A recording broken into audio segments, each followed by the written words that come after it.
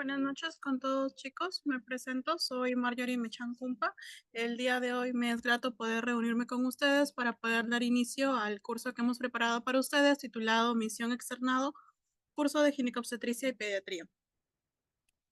Mencionarles que las sociedades que estamos organizando este curso son la Sociedad Científica de Estudiantes de Medicina de la Universidad Peruana de Ciencias, así también la Asociación Científica de Estudiantes de Medicina de la Universidad Católica Santo Toribio de Mogrovejo. Este curso va a llevarse a cabo desde el 20 de enero, que hoy iniciamos, hasta el viernes 31 de enero. Va a irse dando por semanas y en cada una van a haber diferentes ponencias. Las plataformas que vamos a utilizar es Zoom. Todas las reuniones van a realizarse mediante esta plataforma. Los links vamos a estarle enviando previo a la reunión. Y también comentarles que como ponencia de apertura y como ponencia de cierre, vamos a tener las trivias. O sea, las trivias se van a realizar durante todas las sesiones, pero solamente la primera y la última van a ser premiadas al primer y el segundo lugar. El primer lugar se va a llevar flashcards de más de 600 flashcards, gracias a Diego Ceballos, que contienen preguntas de bancos de salud. Y también el segundo lugar va a ser acreedor de estudio, de resúmenes en cuanto a externado principalmente, ya que el curso está dirigido principalmente para estos estudiantes, gracias a Fatalizas Studio. Así que los invito a poder seguirlos en sus cuentas. No sé si Marcelo me puedes ayudar para poder. Ajá. Y no sé si tienes algo más que comentar.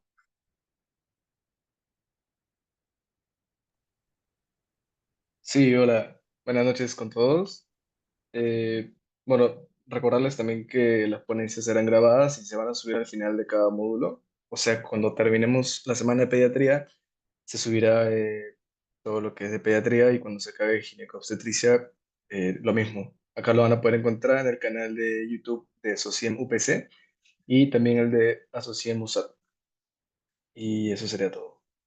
Mm, Excelente, chicos. Como les mencioné previamente, las van a estar divididas en 2 semanas. La primera vamos a iniciar con pediatría y luego con ginecobstetricia. Pueden observar el temario en nuestras redes sociales. Igual lo vamos a estar compartiendo en los grupos.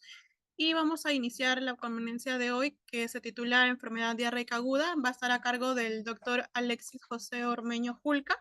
Él es gastropediatra egresado de la Universidad Federico Villarreal, doctor en investigación clínica y translacional de la Universidad Privada Antenor Orrego. También ha realizado su pregrado y la especialidad de pediatría por la Universidad Nacional Mayor de San Marcos. Actualmente labora en el Hospital Regional de Lambayeque y cuenta con 14 años de experiencia en atención infantil. Así que le doy el pase al doctor. Espero que pueda ser de su provecho este curso para ustedes. Buenas noches, doctor. Muchas gracias por aceptarnos la invitación. Hola, ¿qué tal? Buenas noches. ¿Me confirma, por favor, si me escuchan? Sí, sí, lo escuchamos. Ya, perfecto. Muy bien, Nos voy a confirma cargar si la... puede compartir. Ajá. ¿Me podrá habilitar la función para compartir, por favor? A ver,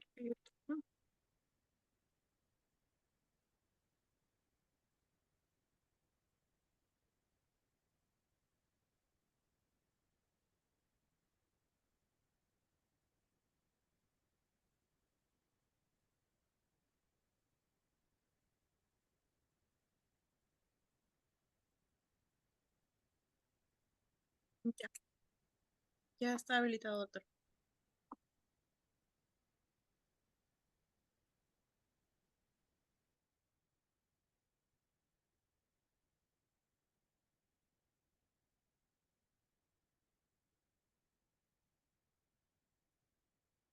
¿Me confirma si se ve? Sí, sí, podemos observar su pantalla, doctor. Ya, perfecto. Bueno, en primer lugar, agradecer al comité organizador por la gentil invitación para tocar un tema que es muy importante en pediatría, como es la enfermedad diarreica aguda. Quiero empezar diciéndoles que la diarrea aguda es la segunda causa mundial de mortalidad en niños menores de 5 años. Por encima de esta se encuentra la neumonía y además es uno de los principales motivos de ingreso hospitalario hasta los 3 años de edad.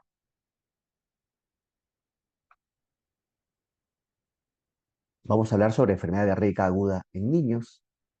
No tengo conflictos de interés para para esta presentación. Y estos son los objetivos de la disertación.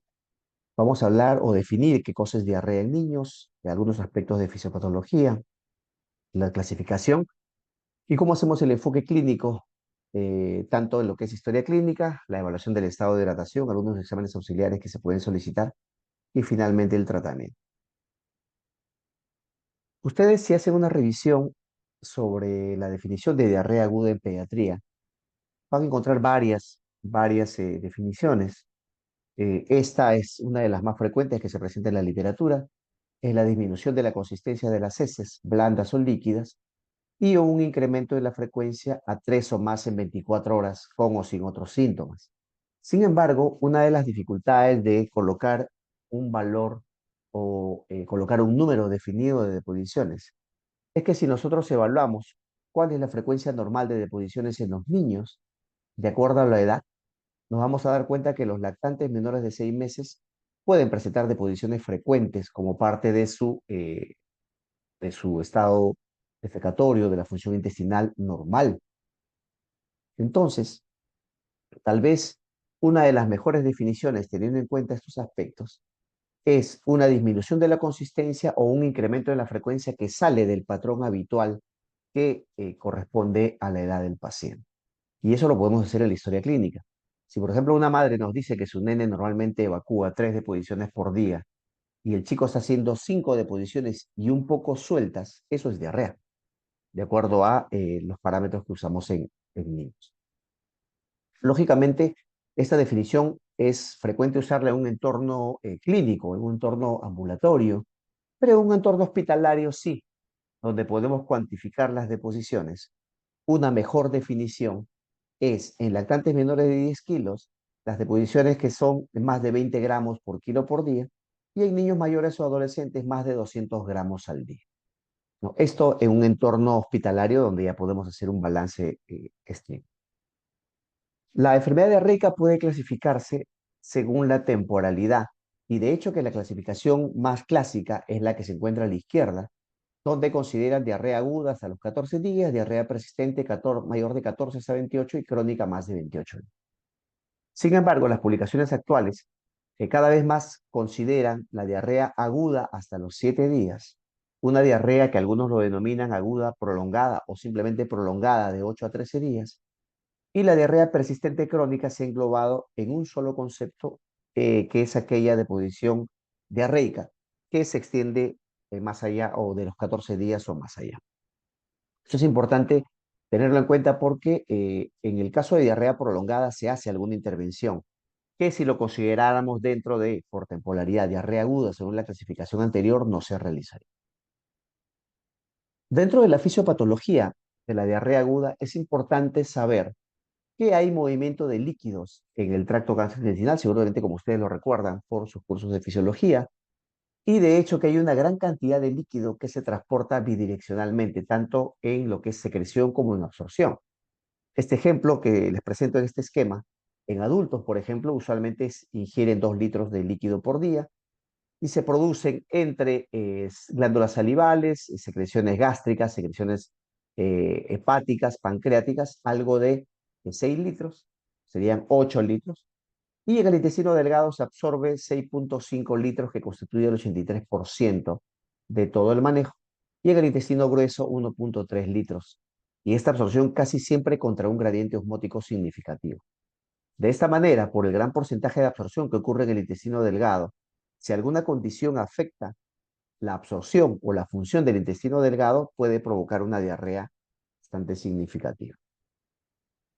Hay, lógicamente, mecanismos moleculares que funcionan, que se presentan en el tracto gastrointestinal, tanto en el intestino delgado como procesos de absorción, usualmente absorción de sodio o transporte de sodio-glucosa, o lo que es el intercambio de sodio con protones, y obviamente el ingreso de sodio acarrea agua al interior de la célula, como lo es también en el caso de la secreción, que básicamente está asociada a lo que es la secreción de cloro.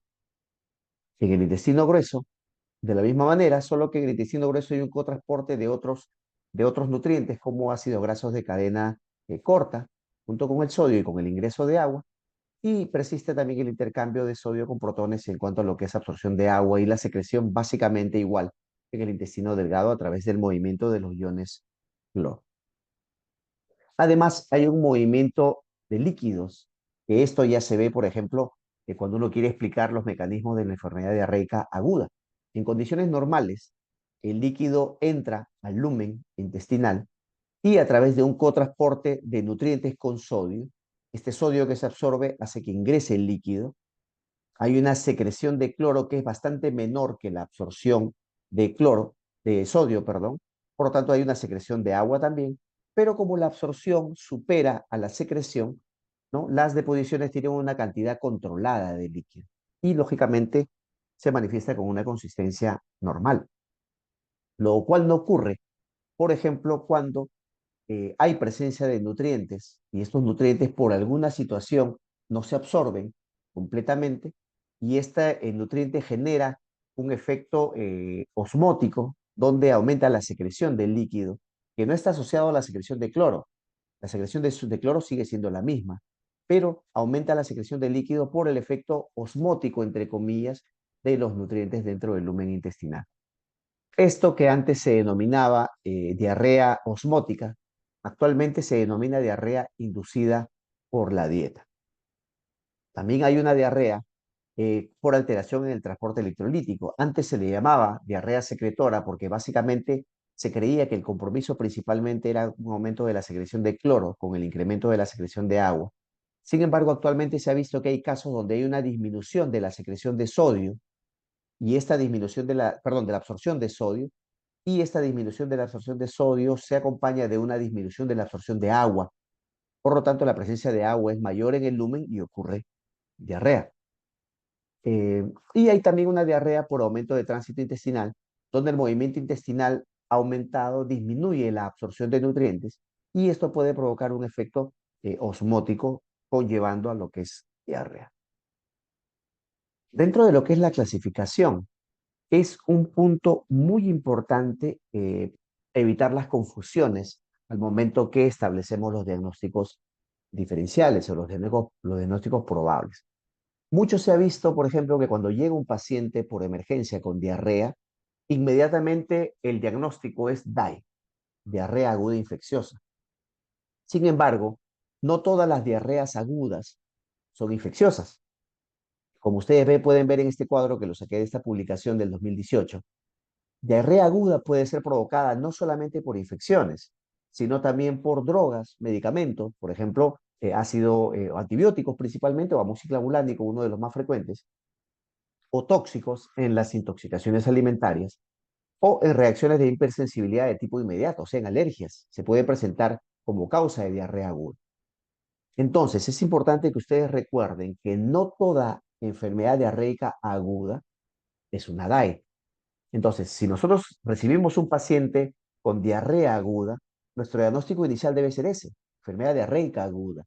Ya la historia clínica, la anamnesis principalmente, el examen físico nos dirá si estamos frente a una diarrea aguda infecciosa o a una intoxicación alimentaria o a una diarrea asociada a antibióticos, etcétera, etcétera. Entonces, no confundir EDA con DAI. La DAI es una causa de EDA, pero no es la única. Es importante hacer una buena historia clínica. Y de hecho que si nosotros nos basamos en el mecanismo fisiopatológico, el primer tipo de diarrea es una diarrea inducida por la dieta, antes llamada diarrea osmótica, y ocurre principalmente porque hay sustancias osmóticamente activas en el lumen. Tal vez el ejemplo más clásico es la intolerancia a la lactosa, donde esto genera una fermentación bacteriana y produce por efecto osmótico una diarrea. También el uso de polietilenglicol, que es lo que aprovechamos en el tratamiento del estreñimiento. Algo importante de esta diarrea inducida por la dieta es que calma con el ayuno y de hecho nosotros podemos hacer una prueba terapéutica. Si ingresa un paciente por emergencia con una diarrea profusa y sospechamos que es una diarrea inducida por la dieta, tranquilamente lo podemos dejar en NPO por unas 12 horas con una buena hidratación endovenosa. Y si la diarrea disminuye, lo más probable es que sea una diarrea inducida por la dieta. Algo importante es que esta diarrea puede ser secundaria a algún otro tipo de proceso. Las enfermedades inflamatorias pueden producir una lesión intestinal de tal manera que se absorbe la capacidad de absorción y puede haber una diarrea inducida por la dieta.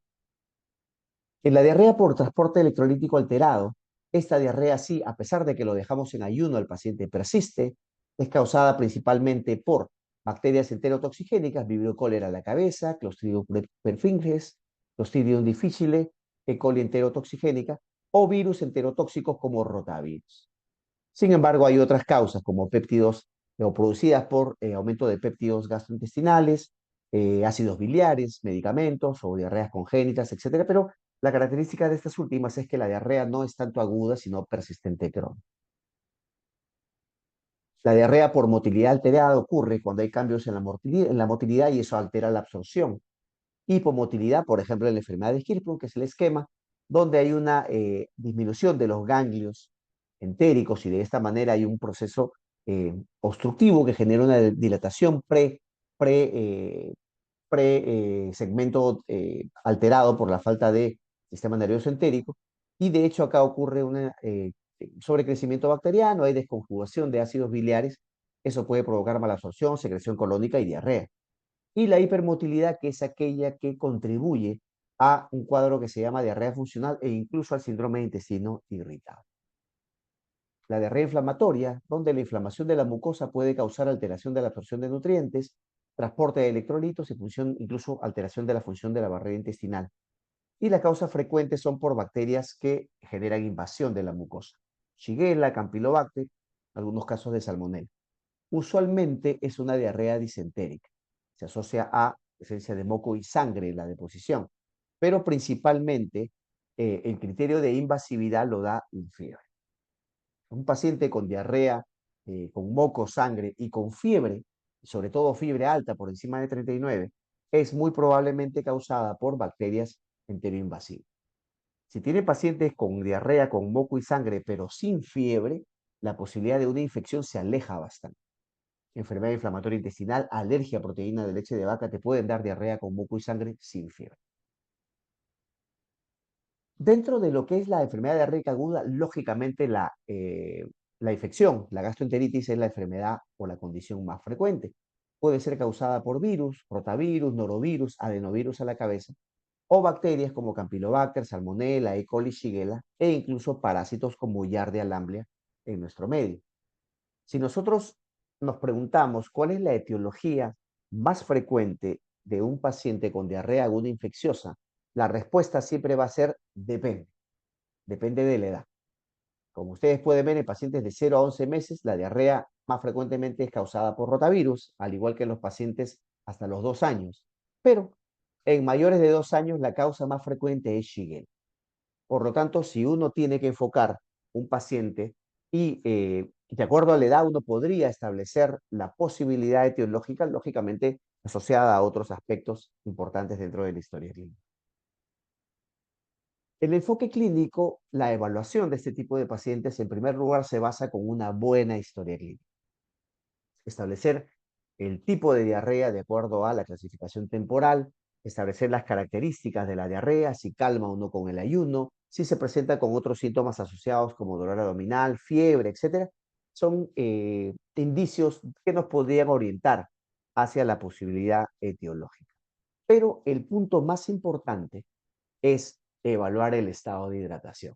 Es tal vez la diferencia entre la vida e incluso las complicaciones o la muerte en los pacientes al momento de enfocar o estar actuando frente a un paciente, un niño sobre todo, con enfermedad diarreica aguda. Y es que el niño tiene desventajas que lo hacen más susceptible de poder deshidratarse con más facilidad. En primer lugar, hay un mayor porcentaje de agua corporal por kilo de peso, con un predominio de agua extracelular. Por lo tanto, hay un mayor recambio diario de agua y electrolitos, y eso lo vamos a ver bastante claramente en este ejemplo. Miren cómo se diferencian los compartimentos de líquido de acuerdo a la edad.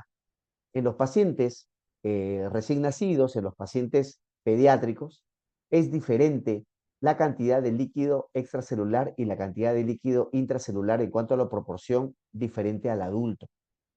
Y de hecho que si nosotros ponemos un ejemplo, en un adulto de 70 kilos, el agua extracelular es el 20%, por lo tanto 14 litros, y normalmente un adulto ingresa y egresa 2 litros de agua para mantener el equilibrio. Estos 2 litros de los 14 litros representan el 14.3%. Sin embargo, En un lactante de 7 kilos, donde el agua extracelular es el 25%, por lo tanto es 1.75 litros, y normalmente ingresa un chico de esta edad y egresa 1 litro de agua para mantener el equilibrio. Ese litro de agua respecto al 1.75 que constituye su extracelular representa el 57.1% versus el 14.3%. Un lactante de 7 kilos con un par de diarreas de un buen volumen tranquilamente puede entrar en una deshidratación severa, incluso con shock. Además, el niño tiene una inmadurez renal para eliminar orina concentrada, una pobre respuesta a la deshidratación, hay alta frecuencia de gastroenteritis, diarreas, vómitos y fiebre en comparación con los adultos, hay una mayor relación superficie-volumen con pérdidas insensibles proporcionalmente mayores en los niños, además que de la incapacidad de comunicar su necesidad de fluido, ¿no? Los niños pequeños están irritables, no manifiestan que tienen sed, por ejemplo, y eso puede disminuir el ofrecimiento de líquidos en este grupo etario. Por lo tanto, a menor edad, mayor riesgo de deshidratación. Y de hecho que la estadística te dice que en el 90% de pacientes menores de 18 meses usualmente acuden con deshidratación a los servicios de emergencia. Dentro de la evaluación de la hidratación, el gol estándar es valorar la diferencia de peso. Es decir, cuánto pesa actualmente y cuánto pesaba antes de enfermarse y sacar el porcentaje de pérdida de peso corporal de acuerdo al peso. ¿Cuál es el problema en nuestras realidades, en nuestros servicios de emergencia? Que no tenemos el peso previo de los pacientes porque no hay la costumbre de hacer los controles periódicos salvo que el paciente se enferme. Por eso es que requerimos utilizar tablas donde establecemos, de acuerdo al examen físico, la posibilidad de que el paciente tenga deshidratación o no. Y de hecho que si el paciente tiene historia de pérdidas, vómitos, diarrea, pero no tiene ningún signo clínico, se asume que ha perdido menos del 3% de peso corporal y establecemos el diagnóstico de no deshidratación. Si el paciente tiene algún signo clínico, pero que no tiene que ver con alteración del estado mental, no tiene que ver con el llenado capilar, etc., estamos hablando de una deshidratación leve moderada, donde la pérdida de peso corresponde al 3 al 8%, y en el paciente que sí hay alteración del estado mental, que usualmente está hipoactivo, que usualmente tiene una retracción lenta del pliegue cutáneo o un llenado capilar mayor de 2 segundos, estamos frente a un paciente con deshidratación grave y se asume que la pérdida de peso es mayor o igual al 9%. Incluso algunos autores han desarrollado scores más prácticos para poder establecer, como este score publicado en el 2018, donde solamente evalúa 4 aspectos: el aspecto general, en los ojos, la mucosa y las lágrimas. Si el paciente está todo normal y las mucosas están húmedas y hay lágrimas presentes, le damos un puntaje de 0. Si el paciente si está sediento, inquieto, letárgico, pero irritable al estímulo, le damos 1 en el aspecto general. Y si está somnoliento, frío, sudoroso, le damos un score de 2. Los ojos, si están levemente hundidos, 1; si están muy hundidos, 2; las mucosas, si están pegajosas, 1; o si están secas, 2; y las lágrimas disminuidas, 1; o ausentes, 2.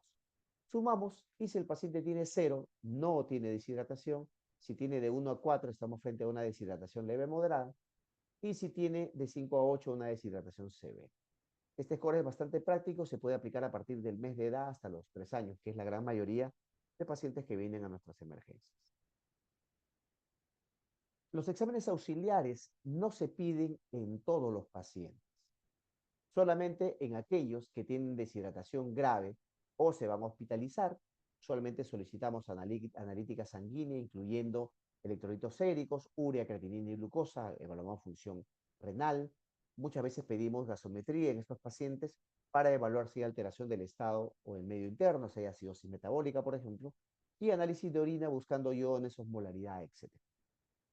La mayoría de guías te dicen que los estudios microbiológicos, coprofuncional, coprocultivo, se deben solicitar en algunos pacientes especiales, por ejemplo, en aquellos menores de 3 meses, por el alto riesgo de bacteriemia en este grupo etario, en aquellos pacientes con comorbilidad, principalmente aquellos que tienen desnutrición o que tienen inmunodeficiencia, en pacientes con sepsis focoabdominal, si la diarrea es prolongada, es decir, más de 7 días, si estamos frente a brotes, por ejemplo, brotes en guarderías o en entornos hospitalarios, o si la diarrea es sanguinolenta y tiene fiebre elevada. En esos casos debemos solicitar exámenes microbiológicos, principalmente por cultivo en el último caso. Dentro del tratamiento, es importante mencionar que lo primero que debemos hacer es prevenir la deshidratación. Si el paciente tiene historia de pérdidas, vómitos, diarrea y no está deshidratado, establecemos el plan de prevención, que se conoce o hasta ahora se denomina como el plan A, prevenir la deshidratación. Y esto se basa en algunos conceptos importantes. En primer lugar, mantener una alimentación habitual, no interrumpirla, dar leche, la leche que recibe el paciente, leche materna principalmente, o fórmula o leche evaporada, si es que no genera algún tipo de lesión, de daño, alguna sintomatología asociada. Las comidas más frecuentes, no introducir alimentos nuevos si el niño está en alimentación complementaria. Evitar alimentos azucarados o muy condimentados porque pueden tener alta osmolaridad y empeorar un poco el flujo fecal. Entonces mantenemos alimentación habitual, no se hace dieta muy restrictiva, ¿no? Anteriormente era muy frecuente hacer unas dietas muy restrictivas en el paciente con diarrea y principalmente el paciente bajaba de peso no tanto por la diarrea, sino por el pobre ofrecimiento de alimentos. Otro aspecto importante es aumentar los líquidos y de hecho que se podría dar soluciones de rehidratación oral, podríamos dar panetela de arroz, infusiones, agua, leche o yogur, si es que eh, el chico tolera este tipo de alimentos. Sí debemos evitar bebidas como colas o bebidas energizantes o azucaradas porque son hiperosmolares y podrían empeorar el problema de diarrea. Además, debemos estar alerta a datos de deshidratación y enseñarle a los familiares a reconocer tempranamente la deshidratación. Entonces, estos pacientes cuando son evaluados en emergencia y no están deshidratados y le damos de alta, en la receta debería ir claramente cuáles son los signos de alarma que deberían los familiares tener en cuenta para regresar al paciente por emergencia. Por ejemplo, si no mejora en 3 días, si hay más de 5 deposiciones en 24 horas, si hay poca ingesta de líquidos y alimentos, si hay vómito frecuente, fiebre alta persistente, disminución del volumen urinario o color oscuro de la orina, si hay heces con sangre, son condiciones por las cuales el paciente debería regresar a la emergencia. Esto es importante porque muchas veces le damos de alta y no precisamos estos signos de alarma para que el paciente o el familiar principalmente lo tenga en cuenta. Dentro del plan A se pueden usar algunas soluciones caseras, pero hay que tener en cuenta algunas situaciones. Mucho se nos ha enseñado las soluciones o sueros caseros preparados en el hogar, soluciones con sal y azúcar. Si uno revisa la literatura, hay un montón de formas de preparar recomendadas.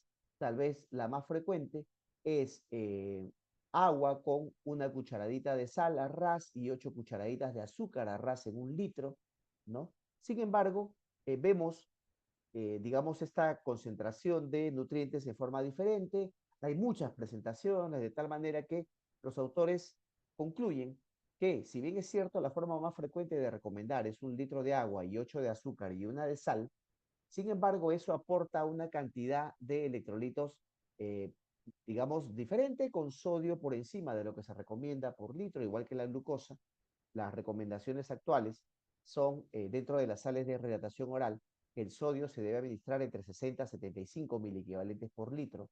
Estas soluciones caseras presentan 86 milimol de sodio y glucosa por debajo de 111, mientras estas soluciones aportan 117 milimol. Por lo tanto, los autores concluyen que, debido a la variabilidad de recetas para la elaboración, lo cual puede conllevar a errores en la preparación, y esta composición electrolítica que es diferente a lo que realmente se recomienda como sal de rehidratación, se consideran estas soluciones de suero casero inefectivas o hasta inseguras, por lo cual no se recomienda su uso dentro de lo que es el manejo preventivo. Las soluciones basadas en alimentos como la panetela de arroz, donde la forma más frecuente de prepararlo es 1 litro de agua y 50 gramos de arroz tostado, tiene varias ventajas demostradas, sí. Disminuye el flujo fecal, ¿no? Tiene baja osmolaridad con aumento de absorción de agua, tiene una buena cantidad de glucosa liberada, aporta otros nutrientes diferentes y que también pueden funcionar como cotransportadores de sodio. No se olviden que en el colon, más que sodio glucosa, son ácidos grasos de cadena corta con sodio. lo cual se produce utilizando la panetela de arroz. Además que hay una disminución de la secreción de agua por bloqueo de canales de cloro, que tiene algunas sustancias que están presentes en el arroz. Si bien, si uno compara la concentración hidroelectrolítica de la panetela y la sal de rehidratación oral son bastante diferentes, la panetela de arroz se ha visto que facilita o permite la rehidratación de pacientes con cualquier tipo de diarrea, incluso con gasto fecal alto, pero después de recibir al menos 4 horas consecutivas con suero oral, a fin de asegurar un aporte adecuado de sodio y potasio. Entonces, la panetela de arroz puede utilizarse sí, pero como parte del plan A, para prevenir la deshidratación, no cuando la deshidratación ya está presente. Cuando la deshidratación está presente, se deben usar sales de rehidratación oral. Otros líquidos caseros, como líquidos de uso corriente, sopas, agua de arroz, té, infusiones de hierbas, tienen un diferente concentración electrolítica, son efectivos para la prevención de deshidratación si se administran desde el inicio de la diarrea y son útiles después de, o sea, en la etapa de mantenimiento luego de corregir la deshidratación, no como parte del manejo de la deshidratación. Y de hecho, ¿qué es lo que se recomienda actualmente dentro de las, este, cuando uno administra una sal de rehidratación oral? Se ha visto de que hay una relación entre glucosa y sodio que se debe mantener. 1:1 idealmente o 2 de glucosa por 1 de sodio. Estas sopas, estos caldos que muchas veces la gente utiliza en los pacientes con diarrea, tienen una relación glucosa-sodio completamente alterada o un mayor porcentaje de sodio, lo cual puede, si se altera este cotransporte, generar que el sodio se quede en el lumen intestinal y de hecho que podría empeorar el flujo de diarrea, ¿no? Por lo tanto, no se recomienda utilizar soluciones caseras con alta osmolaridad. Por ejemplo, bebidas azucaradas, donde la relación glucosa-sodio es muy alta, o sopas, donde la relación sodio-glucosa al revés es muy alta por el exceso de sodio. En el plan B, donde sí tratamos la deshidratación, la terapia de rehidratación oral es la primera línea de tratamiento, ya cuando tenemos deshidratación leve moderada. Estas sales de osmolaridad reducida, según la OMS, aquellas que tienen entre 60 y 75 milimol por litro de sodio, son de primera elección en los casos de diarrea aguda infecciosa. En los casos de diarrea por cólera, que no son muy frecuentes, el régimen estándar recomienda sales de rehidratación oral con 75 milimol por litro de sodio. ¿Cuáles son las ventajas de la terapia de rehidratación oral? Que tiene menos complicaciones, es más fisiológica, es más económica, más segura, reduce el número de hospitalizaciones, favorece la introducción precoz de la alimentación. Estas sales de rehidratación oral tienen algunas características que están definidas por la OMS, como una osmolalidad total entre 200 a 310 milimol por litro, tiene una glucosa-sodio, una relación glucosa-sodio equimolar 1:1, sin exceder 2 moles de glucosa por 1 mol de sodio, tiene una cantidad de glucosa menor de 20 gramos por litro, es decir, menor de 111 milimol por litro, un sodio entre 60 a 90, dependiendo del tipo de solución utilizada, potasio entre 15 a 25, citrato entre 8 a 12, cloro entre 50 a 80. Cuando nosotros establecemos la pauta o el esquema de administración de sales de rehidratación oral, lo que se recomienda es como mínimo administrar 50 a 100 mililitros por kilo de peso en 3 a 4 horas, según las normas técnicas nacionales, incluida la norma técnica del Instituto Nacional de Salud del Niño de San Borja que se publicó en el año 2022. Cuando nosotros no tenemos el peso exacto de estos pacientes, se puede dar una cantidad aproximada en las primeras 4 horas de acuerdo a la edad. Pero lo ideal es tener el peso y calcular de 50 a 100 mililitros por kilo. Y eso ofrecerlo en 3 a 4 horas de administración. Dentro del tratamiento de la deshidratación, cuando usamos sales de rehidratación oral, lo ideal es utilizar sales de rehidratación oral comerciales, pero comerciales de farmacia, o sea, médicas. No otras bebidas, porque no se olviden que el cotransportador sodio-glucosa debe mantener una equimolaridad. Idealmente 1:1, máximo 2 de glucosa y 1 de sodio. Entonces, hay algunas bebidas que no son sales de rehidratación oral, que son bebidas para otro tipo de de situaciones que tienen una cantidad electrolítica muy diferente a la que recomienda la OMS, y de hecho que estas condiciones generan una alta osmolaridad y no se recomiendan como parte del tratamiento en la diarrea leve, o perdón, en la deshidratación leve moderada. Hay otras que son bebidas para hidratación deportistas, que tienen una concentración electrolítica bastante diferente, con una presencia alta de azúcar, lo cual genera una osmolaridad alta y de hecho que tampoco se recomienda, o bebidas gaseosas que no tienen pues ningún tipo de parecido a las sales de rehidratación oral, que tampoco se recomiendan como, ojo, como parte del tratamiento de la deshidratación, ¿sí? Y en el caso de prevención, tampoco por su alta osmolaridad. Lógicamente, la terapia de rehidratación oral, como toda intervención médica, tiene también contraindicaciones. Cuando hay una deshidratación severa con alteración del estado de conciencia, lógicamente la indicación es utilizar una vía endovenosa. Cuando hay inestabilidad circulatoria o choque hipovolémico, cuando tenemos un paciente con estado mental alterado, cuando hay vómitos intratables, cuando hay diarrea con sangre por sospecha de lesión del tubo digestivo, cuando hay hilo paralítico o distensión abdominal, valores anormales de sodio sérico, mala absorción de glucosa, o si no hay tolerancia de estas sales por el sabor o lesiones de mucosa oral, no se debería utilizar terapia de rehidratación oral. Pero ojo, cuando tenemos el tubo digestivo indemne y por algún motivo el paciente no puede tolerar la vía oral, antes de usar una vía endovenosa se recomienda utilizar gastroclisis, colocación de una sonda nasogástrica, y a través de la sonda nasogástrica establecer el esquema más adecuado de terapia de rehidratación oral, solo que se hace a través de la sonda.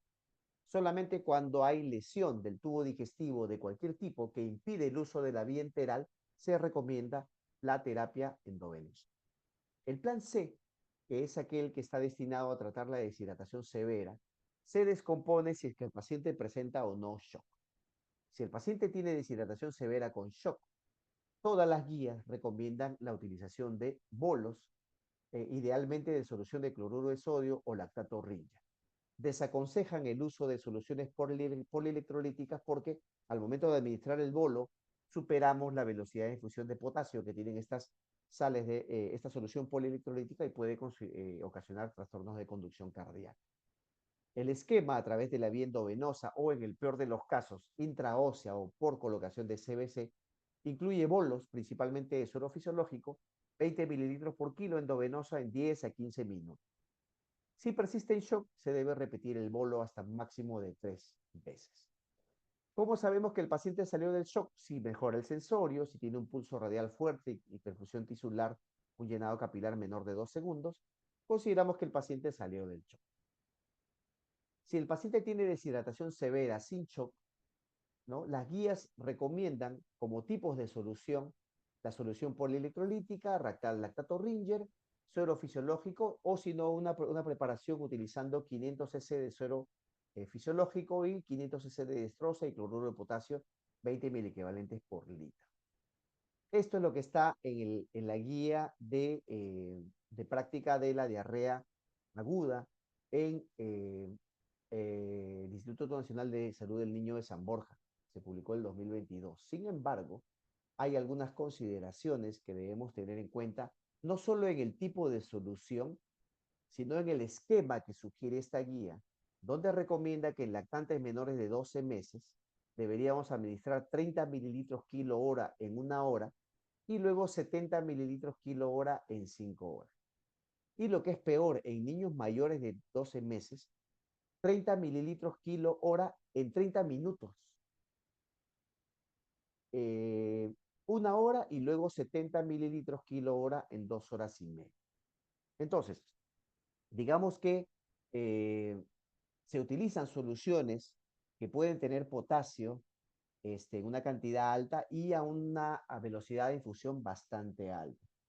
Esto hay que revisarlo. Hay muchas publicaciones que cuestionan el uso de soluciones que no sean isotónicas en el manejo de la deshidratación severa, e incluso cuestionan la velocidad de infusión.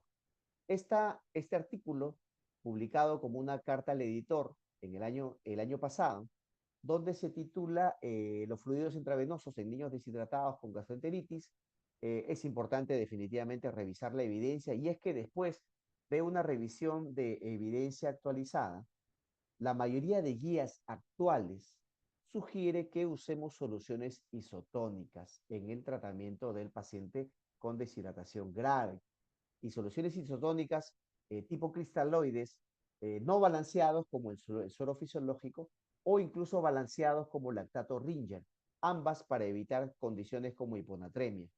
Lo que se recomienda es que la infusión se pueda utilizar de 1 a 4 horas según la evolución clínica, esto es bastante dinámico, pero la velocidad de infusión de 10 máximo a 20 mililitros por kilo por hora.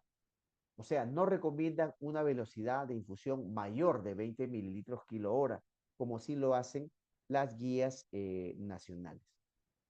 Esto es algo que está en revisión. Usualmente, si ustedes revisan las guías hechas en nuestro país, desafortunadamente la mayoría están hechas por juicio de expertos o por opinión de expertos. Sin embargo, las guías internacionales tienen una metodología, digamos, más estricta, metodología eh, más fina para poder establecer y aclarar no solamente los niveles de evidencia, sino también los grados de recomendación. Entonces, seguramente las guías actuales, si se llegan a actualizar las nacionales, ya tendrán en cuenta estas condiciones que se están viendo todavía consideradas tanto en el tipo de solución como en la velocidad de infusión. Nosotros en el hospital regional, el manejo de los pacientes con deshidratación severa los tratamos todos con suero fisiológico o incluso lactato Ringer en algunos pacientes con deshidratación severa o shock. Y usualmente luego de sacarlos de hecho con bolos, no establecemos o no solemos utilizar soluciones o velocidades de difusión ultra rápidas. Utilizamos velocidades de difusión estándar máximo 20 mililitros kilo hora. ¿Cuáles son las conclusiones de esta charla o cuáles son los mensajes que quiero que se lleven a casa? En primer lugar, la enfermedad diarreica aguda es una condición muy frecuente en pediatría, siendo la diarrea aguda infecciosa la causa más frecuente, pero no la única. No se olviden, la historia clínica, una buena análisis te permite diferenciar las etiologías de una enfermedad diarreica aguda. No siempre es necesario solicitar exámenes, solamente en algunas condiciones establecidas. Lo más importante es establecer el estado de hidratación, ya que la deshidratación puede llevar a complicaciones importantes e incluso la muerte en nuestros pacientes. La piedra angular en el tratamiento de la deshidratación es la terapia de rehidratación oral. En casos severos, sí debemos utilizar hidratación endovenosa, principalmente soluciones isotónicas como el suero fisiológico o lactato Ringer y a una velocidad de infusión adecuada. Muchas gracias por su atención y espero atento a las preguntas que puedan surgir del auditorio. Gracias, doctor. Vamos a dar algunos minutos para que los estudiantes puedan formular sus preguntas si es que lo hubieran. Vamos a dar 3 minutos y si después de ese tiempo no hay preguntas, entonces ya damos paso a lo que es la trivia.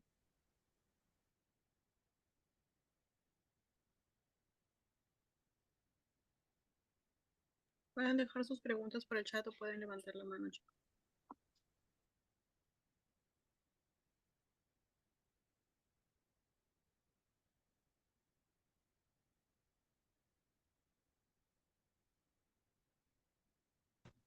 Doctor, disculpe, una consulta.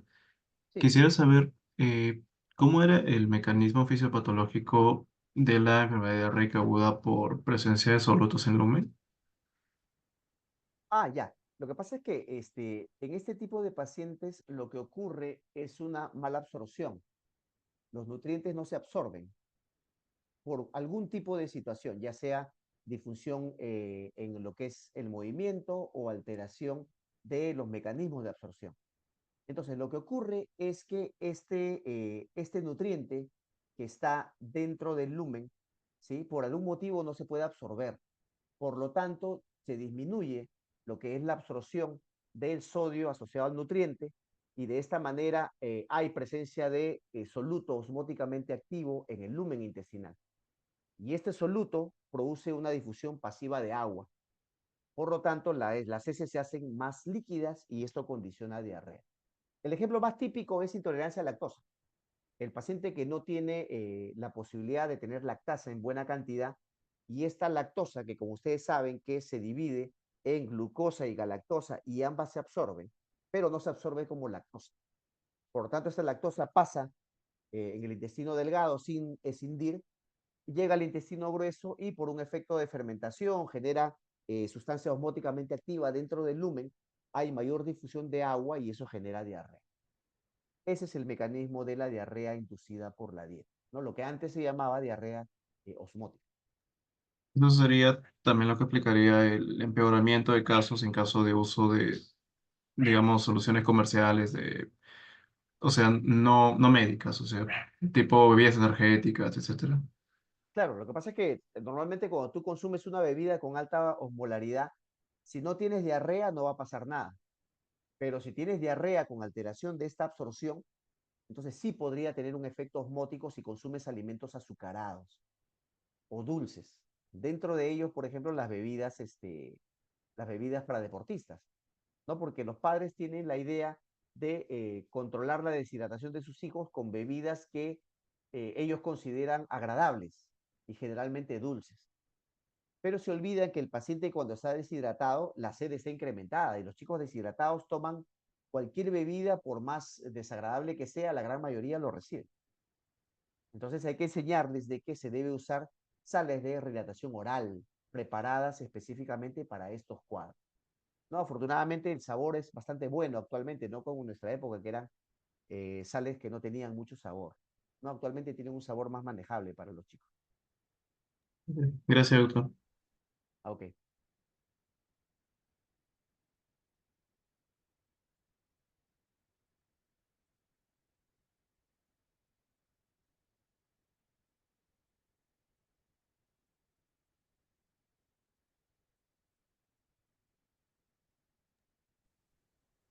Doctor, me parece que hay una pregunta en el chat que le han dado. Ah, ya. Ya. Sí, lo que pasa es que la disertación era más sobre enfermedad diarreica aguda en general.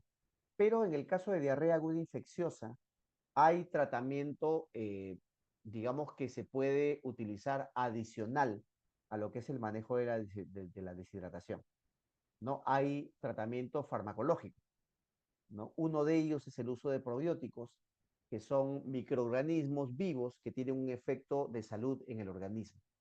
El otro es el zinc. El sulfato de zinc se ha visto que tiene efecto dentro del manejo de la diarrea aguda infecciosa, principalmente en aquellas poblaciones deficitarias de zinc, ¿no? Entonces, la población peruana se considera deficitaria de zinc. El zinc tiene efectos importantes a nivel de la funcionalidad intestinal e incluso altera lo que son mecanismos fisiopatológicos en algunas diarreas producidas por algunos gérmenes en particular. Y se recomienda utilizar sulfato de zinc por lo menos un par de semanas, ¿no? La dosis tradicionalmente era 20 miligramos por kilo, perdón, 20 miligramos por dosis en mayores de 6 meses, pero actualmente hay revisiones sistemáticas que incluso lo han disminuido a 10 miligramos con el mismo efecto, pero disminuyendo el efecto adverso que es los vómitos que presenta en algunos pacientes. Entonces, el zinc es parte del tratamiento de la diarrea aguda infecciosa, no en toda edad, solamente en aquella diarrea aguda infecciosa. Y bueno, el caso de diarrea persistente crónica no es el tema de esta ponencia, pero generalmente los pacientes con diarrea persistente crónica eh, no se presentan usualmente deshidratados, casi siempre toleran o han aprendido a manejar su diarrea y lógicamente el tratamiento depende mucho de la causa, ¿no? Las diarreas persistentes crónicas pueden ser causadas por algunas infecciones que se prolongan más allá de lo usual, usualmente por el sobreuso de antibióticos, parasitosis, por ejemplo, o problemas de absorción. Lógicamente, cada grupo tiene su tratamiento específico. No es como en la EDA, que hay un tratamiento sindrómico, que es el manejo de la deshidratación. En el paciente con diarrea persistente crónica, el tratamiento depende de la etiología. Ahora, en caso de diarrea inflamatoria, claro, la terapia de rehidratación oral no es para la diarrea, es para la deshidratación. Si el paciente tiene una diarrea inflamatoria, pero no está deshidratado, se usa plan A. Si el paciente tiene una diarrea inflamatoria y tiene deshidratación leve moderada, se usa el plan B. O si tiene deshidratación severa, se usa el plan C. O sea, el plan no es para el tratamiento de la diarrea. El plan es para el estado de hidratación del paciente. Y el uso de antieméticos, ya. Eh, digamos que esto es algo que quiero que quede bastante claro, porque es causa de errores en el manejo. Si ustedes recuerdan la fisiología del vómito, ¿ya? El centro del vómito puede ser estimulado por estímulo visceral a través de dopamina, a través de serotonina. El estímulo visceral puede ser una gastroenteritis, puede ser un cólico renal, un cólico vesicular. Todos estos situaciones viscerales o estímulos viscerales te pueden provocar vómito y son mediados por dopamina y por serotonina. Puede ser disparada por la zona quimioreceptora gatillo, que usualmente usa acetilcolina, o puede ser un estímulo vestibular, como el vértigo, la enfermedad de Meniere, que básicamente lo media histamina. Ya, es importante que recuerden esto, ¿por qué? Porque mucho se usa el dimenhidrinato en el manejo del vómito en pacientes con gastroenteritis aguda. El dimenhidrinato es un antihistamínico, o sea, actúa sobre histamina, sobre el metabolismo de histamina. No actúa sobre serotonina o dopamina, que son los neurotransmisores en el estímulo visceral del vómito. Por eso suena ilógico usar dimenhidrinato en las diarreas en los pacientes con vómito por diarrea infecciosa. No se debe usar porque no tiene asidero fisiopatológico. Y es más, le ponen dimenhidrinato y el paciente se duerme y con eso calma el vómito. Claro, calma el vómito porque está dormido. Una vez que se despierta en la casa, sigue vomitando. Basado en esto, es que como medicamentos que tienen que ver con dopamina, metoclopramida y domperidona, o medicamentos que tienen que ver con serotonina, como ondansetron, se plantearon inicialmente en el manejo del vómito por gastroenteritis aguda. ¿Ya? Domperidona y metoclopramida tienen muchos efectos adversos, por lo tanto no se recomiendan en forma rutinaria. Ondansetron fue la panacea hace algunos años, pero se han publicado casos de muerte súbita por ondansetron porque se ha visto que afecta el intervalo QT, puede provocar afectación de la conducción. Por lo tanto, podemos usar ondansetron sí, bajo estricta vigilancia médica, o sea, de preferencia en entornos hospitalarios, bajo supervisión médica, o en aquellos pacientes que tengan alguna situación particular o sospecha, deberíamos hacer un electrocardiograma antes de usar ondansetron para utilizarlo de forma segura.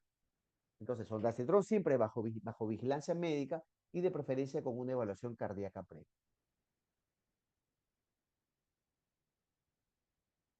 Lo de ondansetron es lo que les mencioné.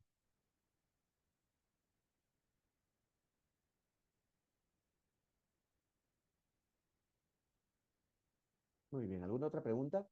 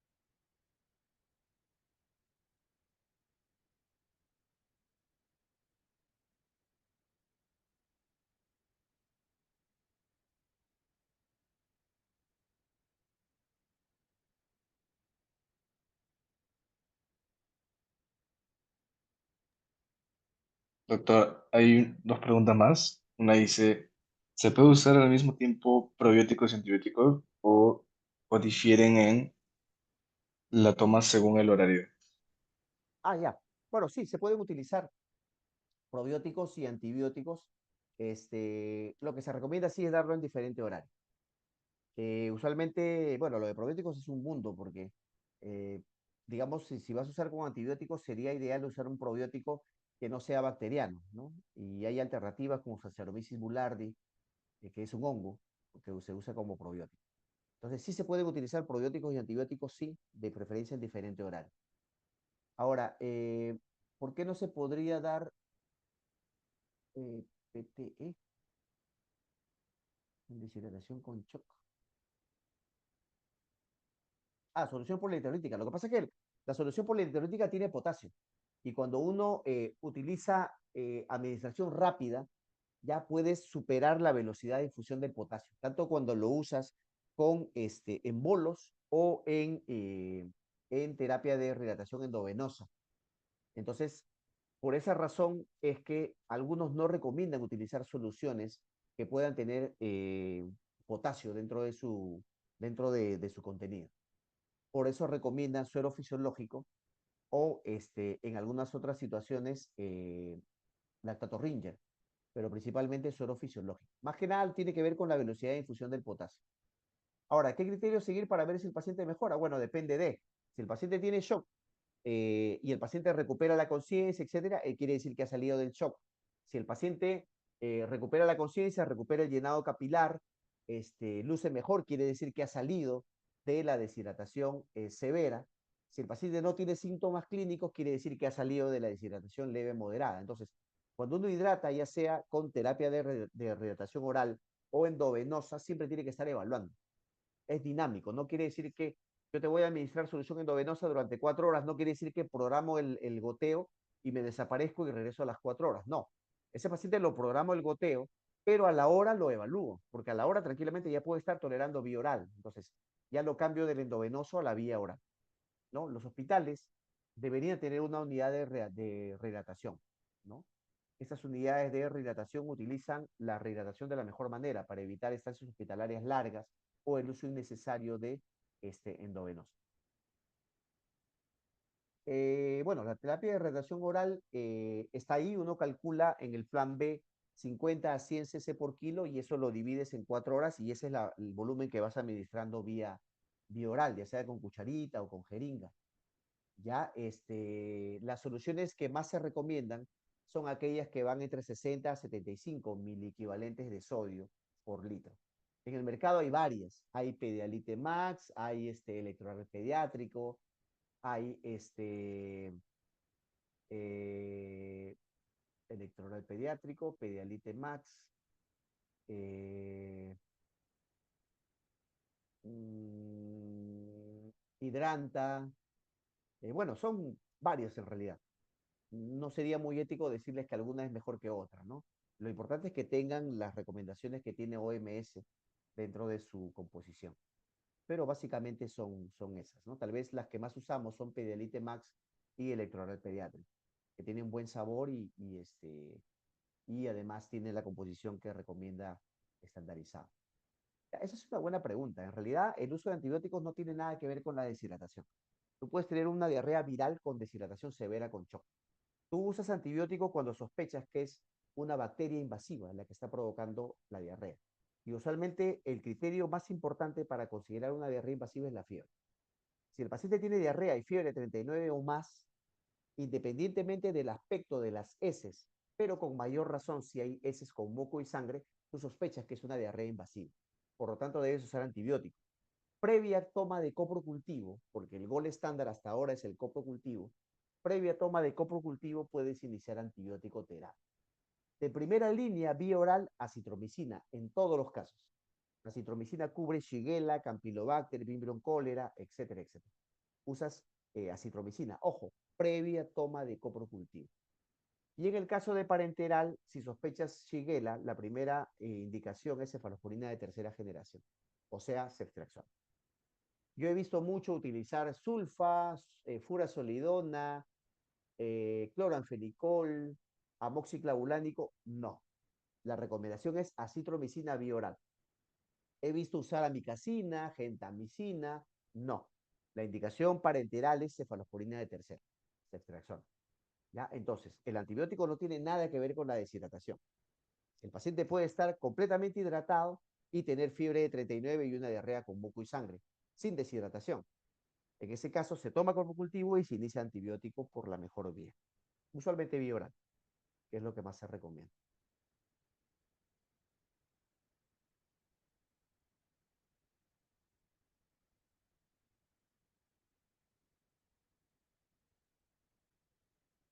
No, no necesariamente. El vómito puede ser parte de una intoxicación alimentaria también, que no es una diarrea aguda infecciosa. Entonces, la historia clínica es importante. Si el paciente tiene, usualmente las diarreas infecciosas virales empiezan con fiebre, malestar, vómitos y luego se instala la diarrea. Ese es lo típico o la forma más frecuente de una diarrea viral. La diarrea bacteriana te da fiebre del inicio, con mucho dolor abdominal, a veces vómito, etcétera. Los pacientes con intoxicaciones alimentarias usualmente no hay fiebre. El paciente ha consumido algún alimento dudoso o algún producto dudoso y viene con la clínica, que puede ser diarrea y vómitos. Y siempre hay que preguntar porque en las intoxicaciones alimentarias generalmente hay más de un paciente y eso hay que investigar, ¿no? Buscar fuente común y síntomas similares en otros pacientes.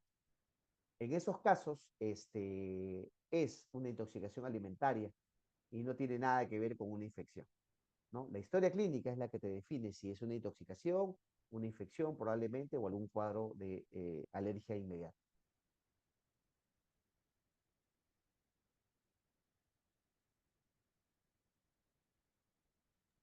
Muchas gracias, doctor, por responder a todas las preguntas y las dudas que han tenido los estudiantes. Ok. Nosotros, por nuestra parte, queríamos compartirle un certificado de reconocimiento a usted por su participación en el curso de emisión externado, curso de ginecobstetricia y pediatría, como ponente de la enfermedad no brindado hoy, enfermedad diarreica aguda. Y agradecemos su contribución al desarrollo académico de los estudiantes de medicina y esperamos poder contar con usted en alguna otra oportunidad. Claro, Muchas claro, gracias, encantado. doctor. Muchas gracias por la invitación. Sí, muchas gracias, doctor. Ok, ok, gracias. Le doy pase, Marcelo. Bueno, chicos, ahora ya lo que toca es el final, que es el Kahoot. En estos momentos vamos a estar enviando el link para que por favor se vayan a unir. Ya saben, ya se ha comentado lo de los premios y eso. En un momento les mandamos el link y se van uniendo, pues.